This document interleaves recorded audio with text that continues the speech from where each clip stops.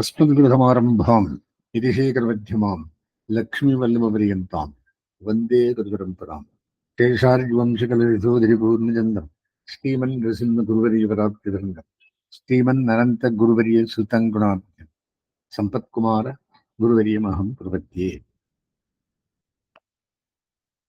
Bhashya is about Brahma, the Supreme Lord.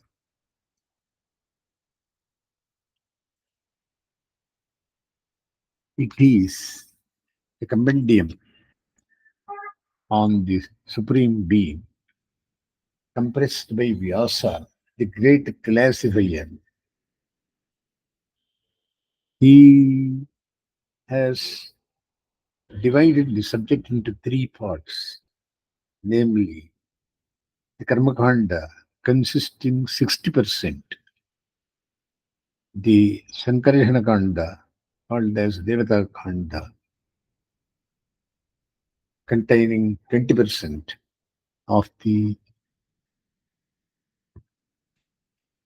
summary of Vedas and சுவாமி தமிழ்ல மாத்திக்கோங்க சுவாமி. அடியன் correct. எனக்கு இப்ப சொல்லி அதே தலையில இருக்கு. பரவாயில்ல சுவாமி. அடியன்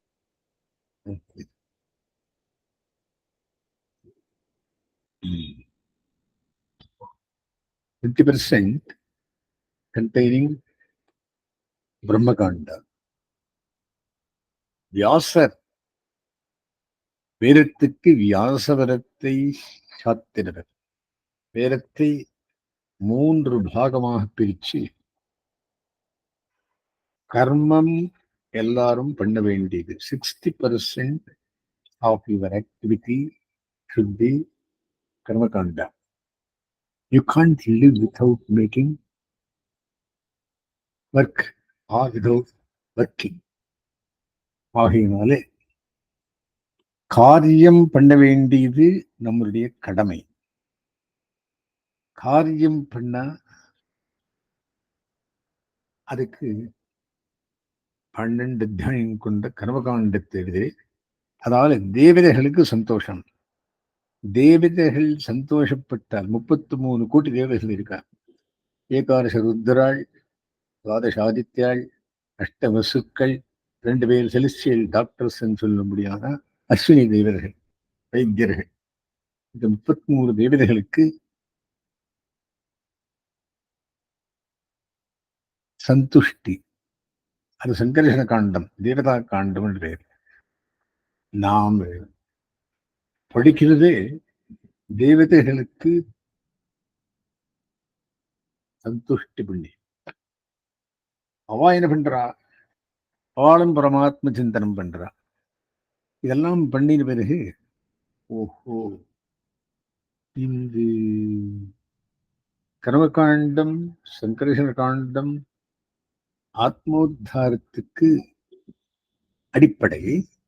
ஆனா அதிலேயே நின்றுக்கூடாது. ஆத்ம சாட்சா்காரத்துக்காக பிரம்மகாண்டத்தை எழுதி அதுக்கே வியாக்கியானம் அவரே எழுதுறார்.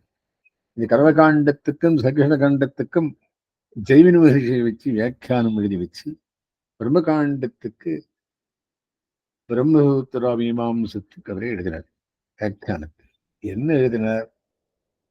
பிரம்மம் ஜெகத்காரண வஸ்து, பிரம்மமே ஜெகத்காரணம், ஜெகத்துக்கெல்லாம் காரணம் பிரம்மா.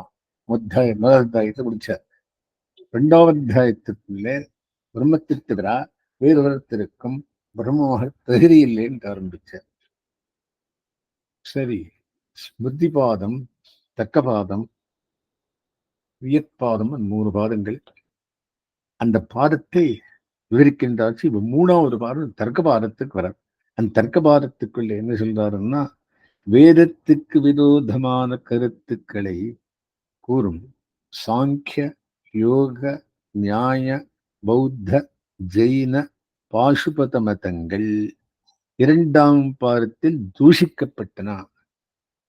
இது வரும் 2 பாதங்களில் சேதனாச்சேதனங்கள் யாவும் பிரம்மத்துக்கு காரியமாகும் முறை விசாரிக்கப்படுகிறோம். முதல் பிரம்மம் ஜெகத்காரணம் என்னும் வேதாந்த வரத்துக்கு விரோதங்கள் பரிகரிக்கப்படுகின்றன. இதில் அதிகரணத்தில் முதல் அதிகரணத்தில் வியத் ஆகாசம் பிரம்ம காரியம் நிரூபித்தால் இப்பாதம் வியற்பாதம் எனப்படுகிறது. அறிய வேண்டும் விஷயம் என்ன? சகல பிரம்மத்தை தவிர சகலமும் காரியமாகும், பிரம்மத்தின் காரியமாகும். வேத அதிகரணம். இதுல எத்தனை அதிகரணம் இருக்கு அப்படின்னா 7 அதிகரணம் இருக்கு. வியத்தன்னு ஆகாசத்துக்கு பேர். ஆகாசத்திற்கு சிருஷ்டி உண்டு. அவரின் தேஜோதிகரணம். பஞ்சபூதங்கள் யாவும் பிரம்மத்தின் நிறுவனந்தே உண்டாமவை, எல்லாம் பிரம்மத்தின காரியம். காரியம் என்ன கண்டு தென்படுறது, காரணம் என்ன கண்டு தென்படாதது. ஆத்மாதிகரணம் 3வது. ஜீவாத்மா நித்தியன். ஞாதிகரணம். ஆத்மா ஞாதா, அவன் ஸ்வரூபம் அணு என்ற விஷயத்தை சொல்லு. கர்த்தரதிகரணம். ஆத்மா கர்த்தா என்ற விஷயத்தை சொல்லுகிறது. பராயத்வாதிகரணம். ஜீவனின் கர்த்தத்துவம் பிரம்மாதீனம். ஈஸ்வரே கர்த்தர்த்தா புத்தி என்கிற விஷயத்தை சொல்லுகிறது. அம்சாதிகரணம் கடைசியில் ஜீவன் பிரம்மத்தின் அம்சம். இது பொதுவாக சொல்ற விஷயம். இப்போ முதல் அதிகரணம் வேறு அதிகரணம். இதுக்கு பூர்வபக்ஷம் என்ன? ஆகாசத்துக்கு சிருஷ்டி இல்லை, நிரவயவமான ஆத்மாவுக்கு போல நிரவயவமான ஆகாசத்திற்கு உற்பத்தி உண்டு. சாந்தோக்கியத்தில் ததைக்ஷதா பகுஸ்யாம் பிரஜா ஏயேதி என்று சிருஷ்டி சங்கல்பத்தை கூறியவுடன் ஆகாசத்திலிருந்து உற்பத்தியை கூறாமல் தேஜஸிலிருந்து தொடங்கிய உற்பத்தியை கூறித்து தைத்திரிய முண்டகங்களில் ஆகாசத்திற்கு உற்பத்தி கூறப்பட்டுள்ளதே எனில் அங்கு சூக்ஷ்மமாக இருந்த ஆகாசம் ஸ்தூலமான நிலையை அடைந்தது என்று கவனமாகவே அர்த்தம் கொள்ள வேண்டும். இது பூர்வபக்ஷியுடைய ஸ்டேட்மெண்ட். சித்தாந்தி என்ன சொல்றார்? தைத்திரியத்தில் தஸ்மாத் வா ஏகஸ்மாத் ஆத்மன ஆகாஷ சம்பூதா, அத்தகைய பரமாத்மாவிடமிருந்து ஆகாசம் உண்டாயிற்று என்று ஸ்பஷ்டமாக கூறியுள்ளதால் ஆகாசத்திற்கு உற்பத்தி உண்டென்று கொள்ள வேண்டும், உண்டென்றே கொள்ள வேண்டும். அது அவயவம் அற்றது. அதனால் அதற்கு உற்பத்தி இல்லை என்று கூறுவது பொருந்தாது. ஆத்மாவுக்கு சிருஷ்டி இல்லை என்பதை ஸ்ருதியிலிருந்து நிச்சயிக்கிறோமே தவிர அது அவயவமற்றது என்பதை கொண்டு அனுமானம் செய்கிறோம் என்று. சாந்தோக்கியத்திலேயே ஆகாசத்திற்கு உற்பத்தி அங்கீகரிக்கப்பட்டுள்ளது. எங்கனை எண்ணில் யோ யோர் ஸ்ருதம் ஸ்ருதம் பவதி என்னும் வாக்கியத்தில் பிரம்மத்தை அறிந்தால் அதன் காரிய பொருள்கள் அனைத்தும் அறியப்பட்டதாகும். மண்கட்டியை அறிந்தால் அதன் காரியமான குடம் செட்டி முதலானவற்றில் சொரூபங்களை அறிவுறுவதே என்று பிரதிஜை செய்யப்பட்டுள்ளது. ஆகையினாலே பஞ்சபூதங்களுள் ஒன்றான ஆகாசம் பிரம்மத்தினின்று உண்டாயிற்று என்பதற்கு கூறிய காரணங்களால் வாயுவும் பிரம்மத்தினிடமிருந்தே உண்டாயிற்று என விளக்கப்பட்டது. பிரம்மத்துக்கே தோற்றமில்லை, மற்றவைகளுக்கு இது ஒருபடியாலும் ஒவ்வாது. ஆகவே ஆகாசத்துக்கு உற்பத்தி உண்டு என்றதாயிற்று. சரி, 2வது தேஜோதிகரணம். தேஜஸ்ன்னா அக்னி வருதுங்க. பஞ்சபூதங்கள் யாவும் சாட்சாத் பிரம்மத்தினிருந்தே உண்டாகின்றன அப்படின்னா வெள்ளம் பிரம்மாவுடைய காரியம். இப்ப காரணம் டிஸ்கஷன் முடிஞ்சது. இப்ப காரிய விஷயத்தை சொல்றார். எல்லா அச்சேதன வஸ்துக்களும் பிரம்மத்திற்கு காரியமாயிருக்கையால் பிரம்மமே ஜெகத்காரணமாகிறது என்று முன்னதிகரணத்தில் நிச்சயிக்கப்பட்டது. பிரம்மம் நேரே காரணமாகிறதா அல்லது பரம்பரா காரணமாகிறதா என்ற விசாரம் எழுந்தவுடலில் பிரம்மம் நேராகவே காரணமாகிறது என்று நிச்சயிக்கப்படுகிறது இவ்விதிகரணத்தில். பூர்வபக்ஷி என்ன சொல்றான்னா, தைத்திரி ஆனந்தவல்லியிலே வாயோரக்னிஹி, வாயுவிடமிருந்து அக்னி உண்டாயிற்று என்றும், அக்னேராபஹ, அக்னியிடமிருந்து ஜலம் உண்டாயிற்று என்றும், அத்ய பிருத்திவி, ஜலத்திலிருந்து பூமி உண்டாயிற்று என்றும் சொல்லப்பட்டுள்ளது. முதல் தத்துவம் மட்டும் நேரே பிரம்மத்திலிருந்து உண்டாகிறது. பிந்தைய தத்துவங்கள் யாவும் தனக்கு முந்திய தத்துவங்களாகவிடத்தே உண்டாகின்றன. உலகில் கூட்டஸ்த புருஷன் ஒருவன் ஒரு வெள்ளையை பெறா, பிறகு அவன் மூலம் புத்திர பௌத்திர பரம்பரை உண்டாவதை காணா என்றோம். கூட்டஸ்த புருஷன் பௌத்திராரிகளுக்கு சாட்சாத் ஜனக்கன் ஆவதில்லை. அவ்வாறேதான் ஆகா அக்னிக்கு வாயு காரணம், ஜலத்திற்கு அக்னி காரணம், பூமிக்கு ஜலம் காரணம். ஆகா பிரம்மத்தினின்று இவை நேரே உண்டாவதில்லை. ஆகையால் பிரம்மம் இவற்றுக்கு பரம்பரா காரணமாகிறது. இது பூர்வட்சி ஸ்டேட்மெண்ட். சித்தாந்தம். பிரம்மம் நானே பலவாக கடவேன் என்று சங்கல்பிக்கையால் மகான் முதலான பின்னால் உண்டாகும் காரிய வஸ்துக்கள் யாவத்துக்கும் பிரம்மம் நேராகவே காரணமாகிறது, பரம்பரா காரணமாவதில்லை. சாந்தோக்கியத்தில் தா ஆபத் ஐக்ஷத பக்தியஹா ஸ்யாமா பிரஜாயேனுஹி என்று தேஜஸ் முதலானவை தாமே பலவாவதாக சங்கல்பித்ததாக கூறுவிடங்களில் இந்த சங்கல்பம் மகான் முதலானவற்றுக்கும் உள்ளதாக கொள்ள வேண்டும். அச்சேதனங்களுக்கு இத்தகைய சங்கல்பம் ஒட்டாதாகையால் தேஜஸ்சரீரகனான பிரம்மம் சங்கல்பித்து ஜலத்தை சிருஷ்டிக்கிறது. ஜலசரீகனான பிரம்மம் சங்கல்பித்து பிருத்திவியை சிருஷ்டிக்கிறது என்றே கொள்ள வேண்டும். எல்லாத்தையும் பிரம்மத்தை சேர்த்து சொல்லணும். அந்தர்யாமி பிராமணத்தில் எப்பிருத்வியாம் திஷ்டன்னு யோ அப்சு திஷ்டன்னு எஸ் தேஜசி திஷ்டன்னு யோ வாயு திஷ்டன்னு ஆகாஷை திஷ்டன்னு என்று பஞ்சபூதங்களை சரீரமாக கொண்டு ஒவ்வொன்றிலும் அந்தர்யாமியாக இருப்பது கூறப்படுவதாலும் சுபாலோபனிஷத்தில் எஸ்ய பிருத்திவி சரீரம் என்று தொடங்கி எல்லா காரிய வஸ்துக்களும் பிரம்மத்துக்கு சரீரம் என்கிறாலும் பிரம்மத்திடமிருந்து ஒவ்வொரு காரிய வஸ்துவும் நேரேயே உண்டாகிறது என்று தேறுகிறது.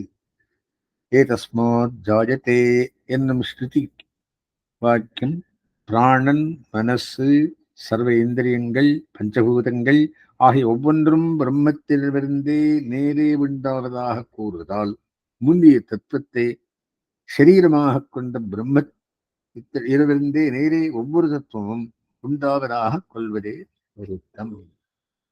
வருணாந்தரியாமினம் பிரம்மாண்டம் அவாகியாமி அப்படின்றோம். எல்லாத்தையும் அந்தரியாமினம் பிரம்மாண்டம், அந்தரியாமி பிரம்மாணம் எல்லாத்தையும் சேர்த்து சொல்றோம். எல்லாம் பிரம்மத்தன்மே வருது. ஒன்று வந்துட்டு அதனால் அது கியூமுலேட்டிவ் எடுத்துட்டு போக வேண்டும் அப்படின்றது.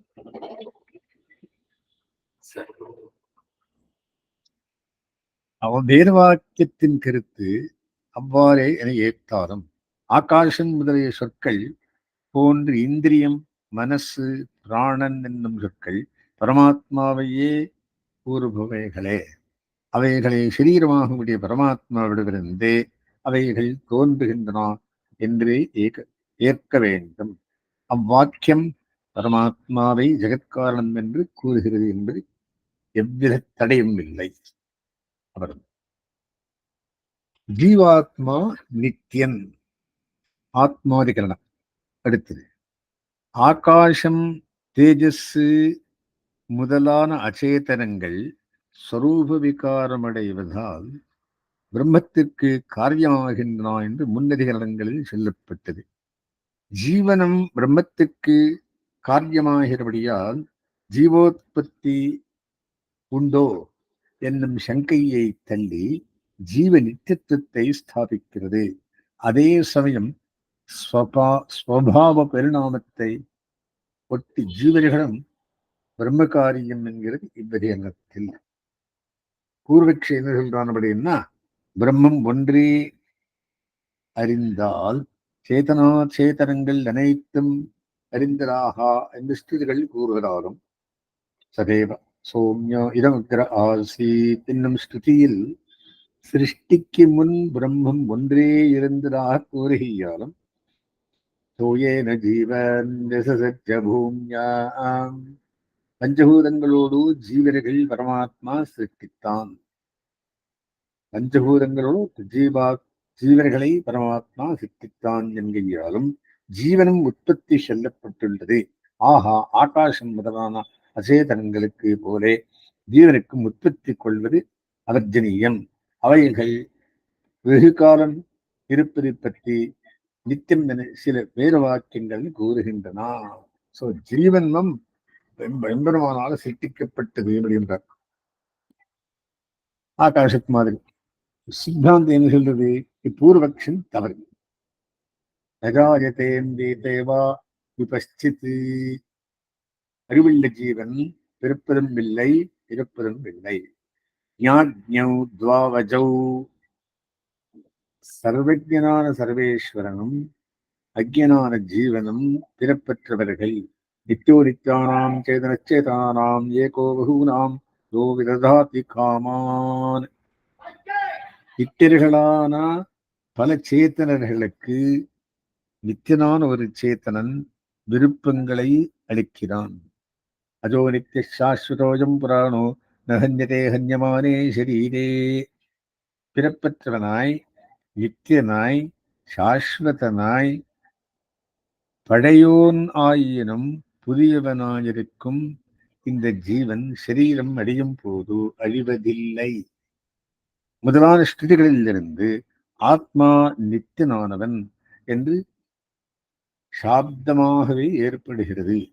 ஜீவன் அனித்தியன் என்று கூறினால் முன்பு செய்த புண்ணிய பாபங்களை அனுபவிக்க முடியாமல் போம்.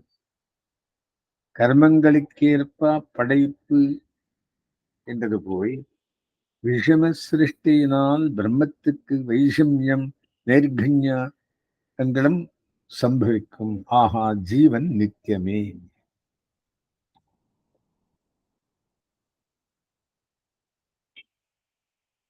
சிருஷ்டிக்கு முன் பிரம்மம் ஒன்றே இருந்தது என்பதற்கு சூக்ஷ்ம நிலையில் நாமரூப பிரிவற்ற சேதனங்களை சரீரமாக கொண்ட பிரம்மம் ஒன்றே இருந்தது என்பதே பொருள். சிருஷ்டிக்கு பின் நாமரூப பிரிவுகளை உடைய சேத்தனங்கள் ஸ்தூல நிலையை அடைந்து பிரம்மத்துக்கு சரீரமாய் உள்ளது. இதனால் ஜீவன் சிருஷ்டிக்கப்படுகிறான் என்பதாகாது. ஜீவனுக்கு உற்பத்தி விநாசங்களை கூறும் ஸ்ருதிகள் அவனுக்கு தர்மபூத ஞானத்தின் ஏற்றத்தாழ்வை விளைக்கும் தேக சேர்க்கை ஆகிற பிறப்பையும் அந்த தேகம் அடியும் போது ஏற்படும் தேக வியோகமாகிற மரணத்தையுமே கூறுகின்றது. ஆஹா, அச்சேதனர்களுக்கு போலே ஜீவனுக்கு உற்பத்தி இல்லை. அடுத்தது 4வது அதிகரணம் ஞாதிகரணம். ஆத்மா ஞாதா, அவன் ஸ்வரூபம் அணு. இது சொல்லு விஷயம். முன்னதிகரணத்தில் ஜீவன் தர்மபூத ஞானத்தின் சங்கோச்ச விகாசமடியாக பிரம்மத்திற்கு காரிய பொருளாகிறான் என்றது. தர்மபூத ஞானமே கிடையாது என்னும் வாதம் தள்ளப்படுகிறது இவ்வதிகரணத்தில். பூர்வட்சி என்ன சொல்றான்? விஜானம் யஜ்ஞம் தனுதே. ஞானஸ்வரூபனான ஜீவன் யஜ்ஞம் செய்கிறான்.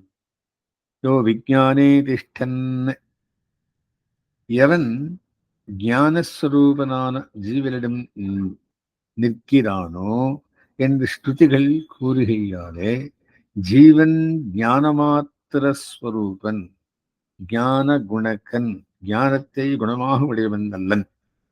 அதாவது ஞாதா அல்ல, ஞாதா அல்லன். அத்வைதிகள் கூத்திடு.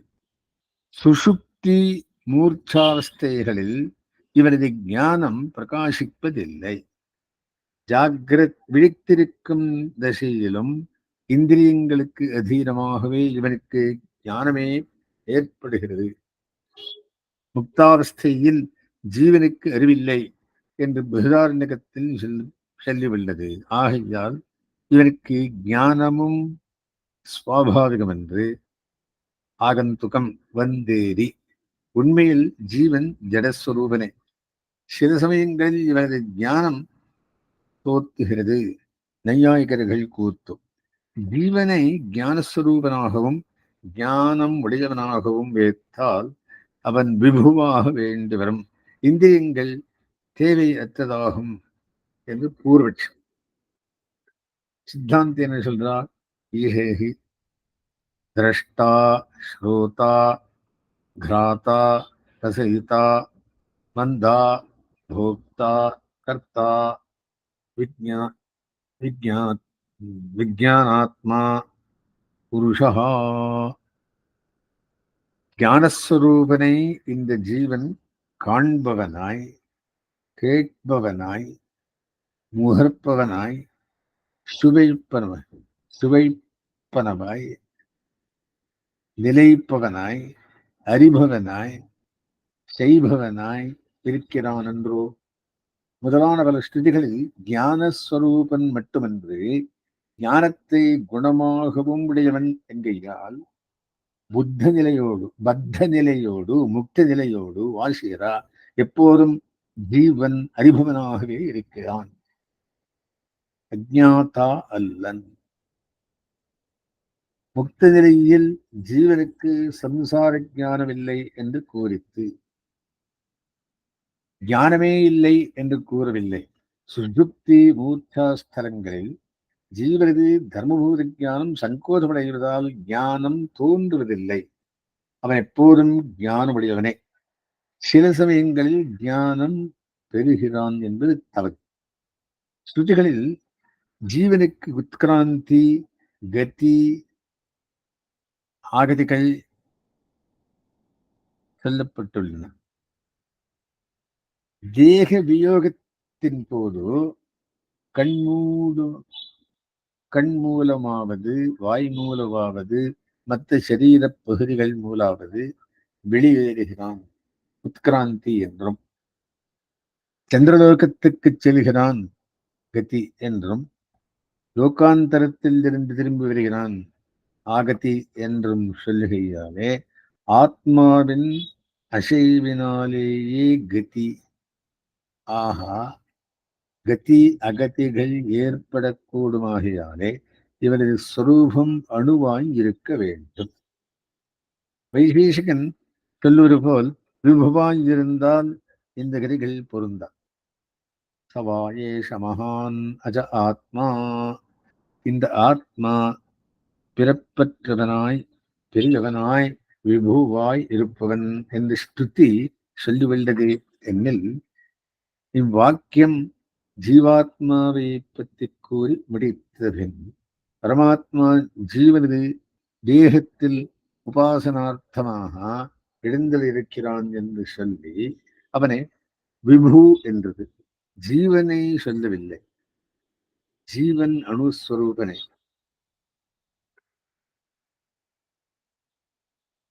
தச்சா ஆனந்தரியாய கல்பதே என்ற ஸ்ருதியில் சொல்லப்பட்டுள்ள விபுத்துவம் ஸ்வரூபத்தை பற்றி என்று. மோக்ஷதசையில் தர்மபூத ஞானத்திற்கு ஏற்படும் விகாசத்தை பற்றியதாகும். மண்டுகோபனிஷத்து ஏகோ அனுராத்மா என்ற நேரே ஜீவனை அணுவென்றது. பாலாக்கிர சதபாகஸ்யா என்ற ஜீவனை அணுபெருமானன் என்றும் சொல்லி. ஆத்மா அணுவெண்ணில் தேகத்தில் ஓரிடத்தில் இருப்பதால் தேகத்தில் மற்ற அவயவங்களில் ஏற்படும் சுருக்கங்களை அனுபவிக்க முடியுமோ என்னில் செந்தனத்தை உடலில் எங்கும் போகிக் கொண்டாலும் தேகம் முழுதும் வாசனையை பெறும் ஆத்மா சந்தோஷமடைகிறான். அதுபோலே ஆத்மா தேகத்தில் ஓரிடத்தில் தெரிந்தாலும் தேகம் முழுதும் ஏற்படும் சுகதுக்கங்களை அனுபவிக்கிறான். ஸ்ருதி கிருதி யகமாத்மா தத்தரேக சதம் நாடீனாம் என்று ஆத்மாவுக்கு ஹிருதயத்தில் இருப்பு சொல்லிட்டு தீபத்தின் பிரபை வெளியிலும் பரவி ஒளியை கொடுப்பது போலே ஹிருதயத்தில் உள்ள ஜீவன் ஞானம் தேகம் முழுவதும் வியாபிக்க சுகிருக்கங்களை அனுபவிக்கிறது. அகமிதம் ஜானாமி, நான் இதை அறிகிறேன் என்கிறோம். ஆத்மாவே ஞானமாகில் நான் அறிவு என்ன வேண்டும் என்று நான் அறிகிறேன் என்ன பண்ணாது. அறிகின்றேன் என்பதற்கு அறிவை உடையேன் என்பது பொருள். ஆகா, அறிவு வேறு, அறிவுடைய ஆத்மா வேறு. நான் செல்வமுடையேன் என்றால் செல்வம் வேறு, செல்வம் உடைய மனிதன் வேறு என்பது போல.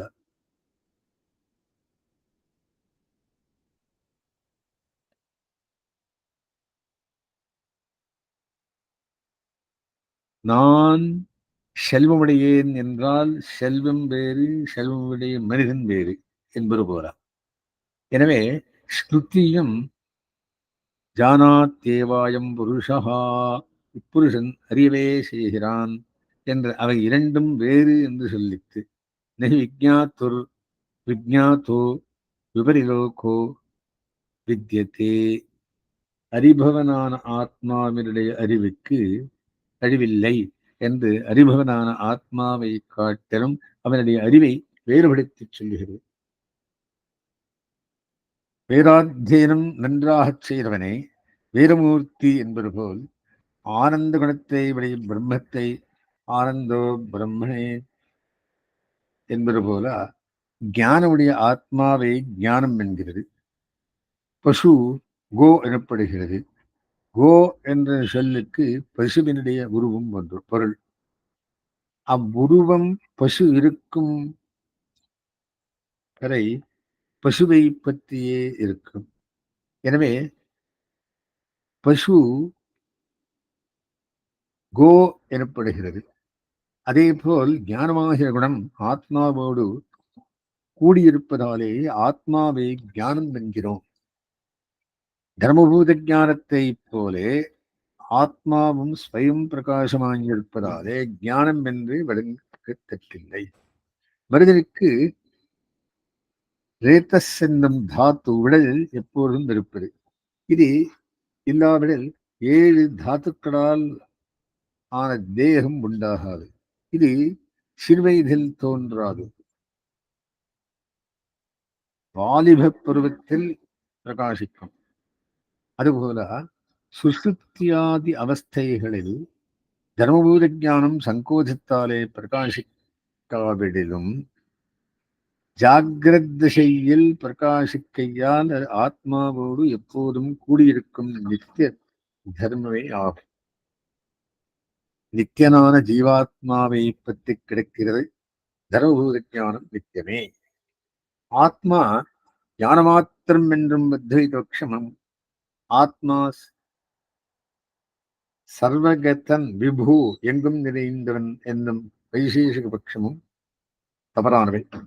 ஏனெனில் அப்போது ஆத்மா எப்போதும் புறப்பட வேண்டும் அல்லது புறப்படாதிருக்க வேண்டும், அல்லது அவ்விரண்டில் ஒன்று எப்போதும் கட்டாயம் இருக்க வேண்டும். ஞானமாத்திரம் என்னும் பட்சத்தில் ஆத்மா புறப்படுவதற்கும் புறப்படாதிருப்பதற்கும் ஆத்மஸ்வரூபமே காரணமாகியாலும் வேறு ஹேத்து இல்லாமையாலும் ஸ்வரூபமும் நித்தியமாகியாலும் இரண்டும் நித்தியமாயிருக்கும். ஆனால் இவை இரண்டும் பரஸ்பரம் முரண்பட்டவையாகில் ஆதலின் இரண்டில் ஒன்றுக்கே ஆத்மஸ்வரூபம் ஹேத்து என்று சொன்னால் இரண்டில் என்று கட்டாயம் நெருந்தே தீர வேண்டும் என்னும் நியமம் வந்து சேரும். ஆத்மா விபு என்னும் பட்சத்திலும் ஞானத்திற்கு ஹேதுவான ஆத்மா மனசம்யோகங்கள் விபு அனைவருக்கும் பொதுவாகலால் ஒரு ஆத்மாவுக்கு ஞானம் உண்டானால் எல்லோருக்கும் அது புலப்பட வேண்டி இருக்கும். ஒருவருக்கும் புலப்படாது இல்லை என்றால் எல்லோருக்கும் புலப்படாமலே போக வேண்டிவரும். ஆகா, இந்த இரண்டு பக்கங்களும் சரியானவை அல்ல. ஆகா, ஆத்மாவானது அணுவாய் ஞானஸ்வரூபமாய் ஞானத்தை எப்போதும் குணமாகவும் உடையதாய் இருப்பது என்னும் பட்சமே அதிகரணத்தில் பிரமாண யுக்திகளாலே ஸ்தாபிக்கப்பட்டதாயிற்று. ஐந்தாவது, ஆத்மா கர்த்தாவாக இருக்கிறான். கர்த்தரதிகரணம். முன்னிகரணத்தில் ஜீவஸ்வரூபத்துக்கு ஞாத்திருத்துவமும் அணுத்துவமும் நிரூபிக்கப்பட்டது. இவ்விகரணத்தில் அந்த ஜீவனுக்கே கர்த்தருத்துவமும் உண்டு என்று சொல்லப்படுகிறது. பூர்வபக்ஷ என்ன சொல்றான் அப்படின்னா, சாங்கியன் சொல்லுகிறான், அவனே பூர்வபக்ஷி, பிரகிருதியின் குணங்களுக்கே கர்த்தருத்துவம் உள்ளது. கடவெல்லியில் ஹந்தா சேத் என்று தொடங்கும் மந்திரத்தில் ஹிம்சிப்பவன் ஹிம்சையை செய்வதில்லை, ஹிம்சிக்கப்பட்டவன் ஹிம்சிக்கப்படவும் இல்லை என்ற கிரியைகளில் ஜீவனுக்கு கர்த்தருத்துவம் இல்லை என்று சொல்லப்பட்டுள்ளது. கீதையில் பகவான் தானே அகர்த்தாவாயிருப்பதே ஜீவனின் ஸ்வரூபம், தன்னை கர்த்தாவாக நினைப்பது மயக்கம், கர்த்தருத்துவம் முக்குணங்களாய் உடைய பிரகிருத்தியின் உடையது, ஜீவனுக்கு சுருக்கங்களை அனுபவிப்பதே உள்ளது என்று கூறியுள்ளான். ஆகையால் கர்த்தருத்துவம் பிரகிருத்தியினுடைய குணம் ஆத்மாவுக்கு பிறந்தாது, போக்திருத்துவமே ஜீவனுக்குள்ளது என்று பூர்வபட்சம். சித்தாந்தி என்ன சொல்றாருன்னா, இப்பூர்வபட்சம் தவறு. சாஸ்திரம் பயனுள்ளதாக ஆக வேண்டுமானால் ஆத்மாவே கர்த்தாவாக வேணும். சாசனாத் சாஸ்திரம், கட்டளையிடுவதாலேயே வேறும் முதலானவை சாஸ்திரம் எனப்படுகிறது. கட்டளை விதி நிஷேதம் செய்யாதே என்று இருவருமாயிருக்கும். இருவகைப்பட்ட இந்த சாசனம் சேத்தனனை பற்றித்தான் பிரவர்த்திக்கும். பிரகிருதி விதி நிஷேத தாத்பரியங்களை அறிந்து அனுஷ்டிக்காது. ஜடமான பிரகிருத்தியை நியமிக்க முடியாது. ஆத்மா கர்த்தா இல்லை என்னில் சாஸ்திரம் வியர்த்தமாகும். காரியத்தின் பலனை அனுபவிக்கும் ஜீவனுக்கே அக்காரியத்தில் கர்த்திருத்தம் இருப்பதால் தான் சாஸ்திரம் பயனுடையதாகும். சாஸ்திரபலம் பிரயோக்தரி, செயல் புரிபவனிடத்திலேயே சாஸ்திரத்தின் பயன் ஏற்படுகிறது என்றென்று பூர்வீமாம்சாக்காரர். ஆகா, விதி நிஷேதங்கள் சபலங்களாக வேண்டி ஆத்மாவை கர்த்தா என்று ஏற்க வேண்டும். தைத்திரி ஆனந்தவல்லியில் விஞ்ஞானம் யஜ்ஞம் தனுதே கர்மாணி தனுதே பிச்சா, ஜீவன் யாகம் முதலான வைதிக கர்மங்களையும் பணம் சம்பாதித்தல் முதலான லௌகீக கர்மங்களையும் செய்கிறான் என்று லௌகீக வைதீக கிரியைகளை செய்யும் கர்த்தாவாக ஜீவாத்மாவை சொல்லித்து, இவ்வாக்கியத்தில் விஞ்ஞானம் என்பது ஜீவனையே, அந்த கரணத்தை என்று அந்த கரணமான புத்தி கரணமே ஆகுமே வழியா கர்த்தாவாக முடியாது.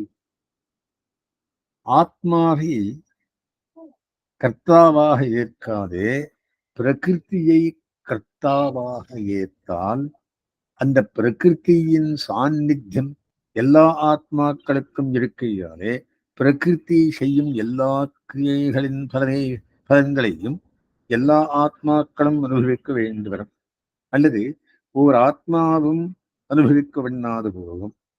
ஒவ்வொரு ஆத்மாவுக்கும் அந்தக்கரணம் வேறானதால் ஆத்மாக்களின் சுகதுக்கங்கள் வேறுபடலாம் என்றில் சாங்கிய தரிசனத்தில் ஆத்மா சர்வவியாபியாகதால் எல்லா ஆத்மாக்களுக்கும் சுருக்கங்களில் வேறுபாடு இராது. எனில் ஆத்மாவை கர்த்தாவாக ஏற்க வேண்டும்.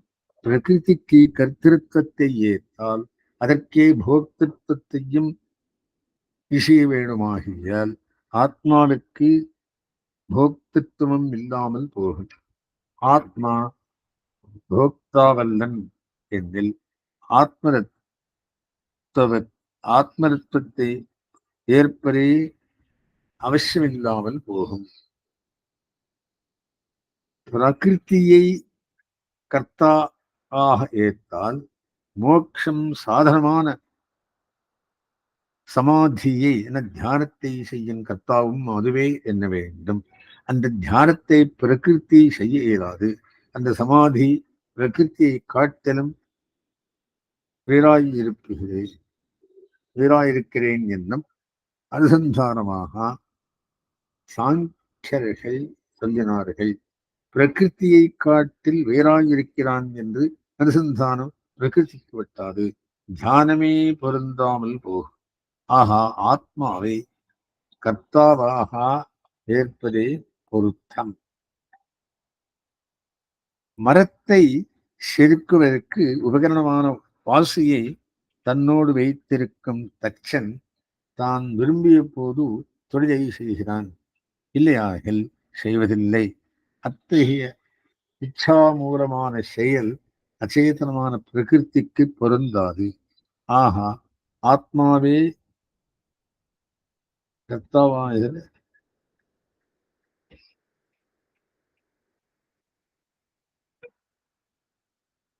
ஆத்மாவே கர்த்தாவாகிறான் என்றதாயிற்று. அடுத்தது 6வது அதிகரணம் பராயத்தாதிகரணம். ஜீவனுக்கு கர்த்திருத்தம் பரமாத்மாதீனம். பரமாத்மா ஜீவாத்மா கருத்து இருந்தார். இது பரமாத்மாதீனம் என்ற அந்த கர்த்திருத்தம். முன்னதிகரணத்தில் கர்த்திருத்தம் ஜீவனுக்குள்ளது என்று சொல்லப்பட்டது. அந்த கர்த்திருத்தம் பரமாத்மாதீனம் என்கிற இவ்விதிகரணத்தில் பூர்வபக்ஷம் என்ன சொல்றார் அப்படின்னா, ஜீவனுடைய கர்த்திருத்தம் சுதந்திரமானதா அல்லது ஈஸ்வராதீனமா என்று ஆராயும்பொழுதில் சுதந்திரமானது என்றே சொல்ல வேண்டும். இது பூர்வபக்ஷம். பெருங்காத்தில் அகப்பட்ட புல் தன் வசமின்றி அடித்து செல்லப்படுவது போல் ஜீவன் தன் புத்திபூர்வக பிரவൃத்தி நின்று ஈஸ்வராதீனமாகவே காரியங்களை செய்கிறான் என்றில் அப்போது அவன் செய்யும் செயல்களினால் ஏற்படும் புண்ணிய பாவங்களோ அதனடியாக ஈஸ்வர அனுகிரகங்களோ ஜீவனுக்கு ஒருவது தகாது.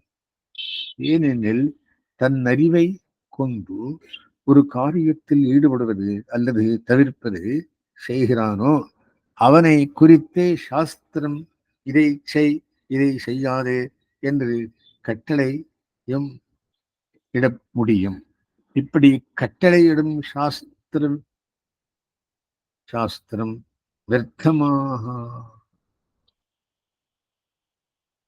व्यर्थமாகாமைக்காக ஜீவன் தன் அறிவை கொண்டு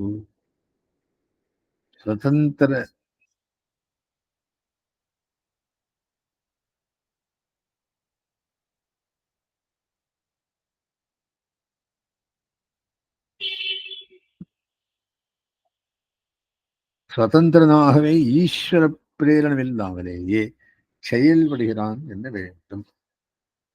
இது சித்தாந்தம். சுதந்திரம் பண்ண முடியாது. இந்த ஜீவனுடைய கர்த்திருவம் பராயத்தமே பரமாத்மாதீனமே. அந்தர்யாமி ஸ்ருதி பலத்தினால் இவ்வாறே கொள்ள வேண்டும். அந்த பிரவிட்ட சாஸ்தாஜனானாம் சர்வாத்மா சர்வாந்தர்யாமியான பகவான் ஜனங்களை உள்நுழைந்து நியமிக்கிறான். ஆத்மனிதிஷ்டன்னு ஆத்மனோ அந்தரஹா யமயதி ஆத்மா நவேதா யஸ்ய ஆத்மா சரீரம் யாத்மானம் அந்தரோ யமயதி தை ஆத்மா சத ஆத்மா அந்தர்யாமியமிருதா. எவதொருவன் ஜீவாத்மாவின் உள்ளும் புறம் இருக்கிறானோ எவன் ஜீவன் அறிவதில்லையோ, எவனுக்கு ஜீவன் சரீரமோ, எவன் ஜீவனை உள்நுழைந்து நியமிக்கிறானோ, மரணமற்ற அவ்வந்தரியாமையே இவருக்கு ஆத்மாவாகிறான் என்று ஸ்துதிகள் பரமாத்மாவே ஜீவனை எப்போதும் நியமிப்பதாக கூறுவதை காணுகிறோம். சர்வஸ்ய சாகம் ஹிருதி சன்னிவிஷ்டா மத்தஸ்மிருதி ஞானம் அபோகரஞ்சா. கீதை 15:15. எல்லா ஜீவர்களின் ஹிருதயத்திலும் நான் வாழ்கிறேன். என்னாலேயே ஜீவனுக்கு நினைவு, அறிவு, மறதி இவை அனைத்தும் ஏற்படும். ஈஸ்வர சர்வபூதானாம் நிர்தேசேந்திர திருஷ்டிதி பிராமயன் சர்வபூதானி யந்திராரூடானி மாயையா. அர்ஜுனா, சர்வேஸ்வரனான வாசுதேவன் எல்லாருடைய ஹிருதய பிரதேசத்திலும் இருந்து கொண்டு முக்குணமயமான பிரகிருத்தியின் காரியமான சரீரமாக யந்திரத்தில் ஏறிருக்கும் ஜீவர்களை சத்வாரி குணங்களுக்கு ஏற்ப செயல்களில் ஈடுபடுத்துகிறான் என்று கீதையிலும் இவ்வர்த்தமே கூறப்பட்டது. ஆகா, ஜீவனுடைய கர்த்தத்துவம் பரமாத்மா தீனமே என்ன வேண்டும். சரி, 7வது கடைசி, ஜீவன் பிரம்மத்தின் அம்சம். அதுக்கு என்ன பேரு? அம்சாதிகரணம். முன்னதிகரணங்கள் ஜீவனுடைய கர்த்தத்துவம் பரமாத்மா தீனம் எனப்பட்டது. இவ்வதிகரணத்தில் ஜீவ ஈஸ்வரர்கள் வேறுபட்டவர்களாகியால் இருவரையும் ஒன்று என்று கூறும் அபேரஸ்திகளை அமுக்கியமாக கொள்ள வேண்டும் என்னும் துவைதிகள் மதம் தள்ளப்பட்டு ஜீவன் பிரம்மத்திற்கு அபதக் சித்த விசேஷனமாய்க்கொண்டு அம்சமாகிறான் என்று ஸ்தாபிக்கப்படுகிறது. பூர்வக்ஷன் துவைதிகள் என்ன சொல்றார்? ஜீவன் பரமாத்மாவை காட்டிலும் வேறுபட்டவன். ஞாக்ஞௌ தௌ அஜா ஈஷனீஷௌ. ஈஸ்வரனும் ஜீவனும் மான இருவரும் முறையே சர்வஜனமாகவும் அஜ்ஞனமாகவும் நியமிப்பவனாகவும் நியமிக்கப்படுவனாகவும் உள்ளன. முதலான ஸ்ருதிகள் ஜீவனை பரமாத்மாவை காட்டிலும் மிகவும் வேறாக காட்டுகின்றன.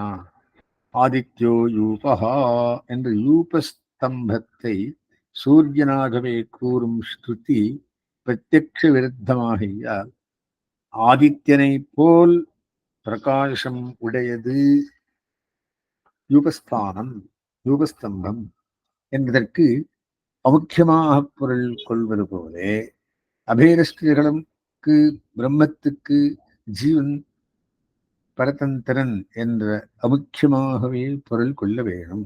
இல்லையேல் அக்னினா சிஞ்சே, நெருப்பால் நினைக்க வேண்டும் என்பது போல் ஸ்ருதி வாக்கியங்கள் முன்னுக்கு பின்புறன் ஆகிவிடும். சித்தாந்தி என்ன சொல்றான்னா, அதர்வண வேதத்தை சேர்ந்த பிரம்மசூக்தம்